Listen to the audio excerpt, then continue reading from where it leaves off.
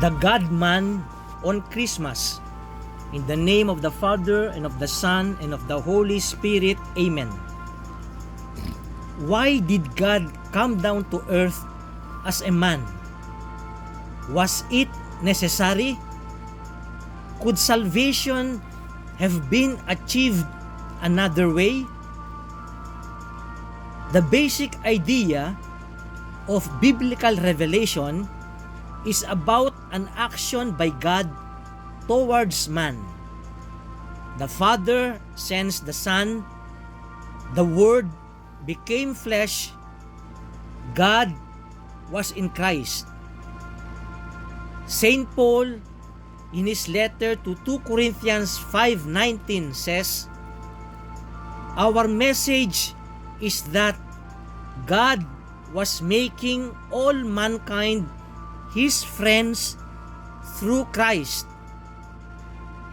And in verse 20, we read, "We plead on Christ's behalf, let God change you from enemies into His friends."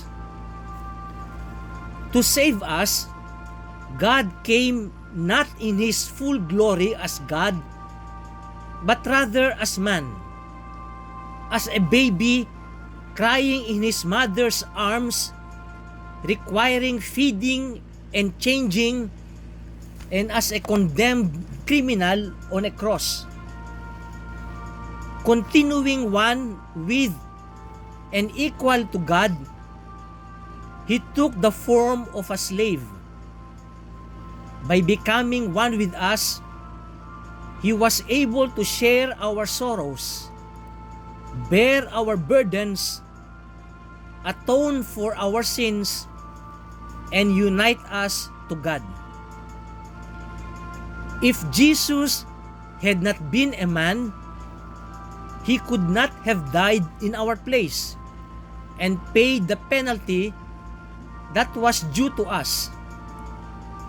He had to be like us in every respect except sin to save us. In Hebrews 2:17 we read, "This means that He had to become like His brothers in every way in order to be their faithful and merciful high priest in His service to God, so that the people's sins would be forgiven. And now He can help those who are tempted, because He Himself was tempted and suffered." Only a man could be a high priest, and only a priest could offer the necessary sacrifice so that God's wrath at our sin would be removed and the sins forgiven. Unless Christ was fully man, He could not have died to pay the penalty for our sins. He could only be a substitute sacrifice for us if He was one Himself with us. The Bible tells us that not only was that baby in the manger fully man, but that baby was also fully God.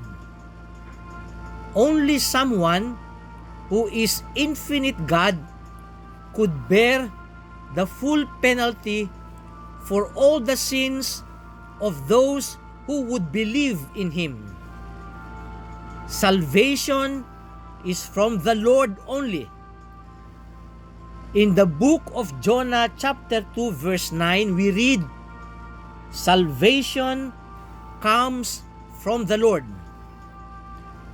Only someone who was truly and fully God could be the one mediator between God and man.